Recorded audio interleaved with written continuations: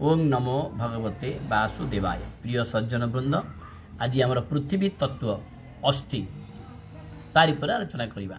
पृथ्वी परि कठिन होइथिबारु या पृथ्वीर मुख्य अर्धभाग अन्य अर्धभाग चारि भाग होई अर्थात शोणित आलस्य संकोचन कट्याकाश ये सब जल आदि चारिभूत मिसे यथा रक्त लाल रंग हेबारु यह पृथ्वीर भाग अटे। यह जल सहित मिसिबारु या जल तत्व मध्य कहती। आलस्य यह जड़ता हेतु पृथ्वी भाग अटे। तेजरे मिसिबारु या तेजर तत्व कहा जाए। संकोचन मध्य जड़ता हेतु पृथ्वी भाग अटे। मात्र वायु संगे मिसिबारु या वायुर तत्व कहती।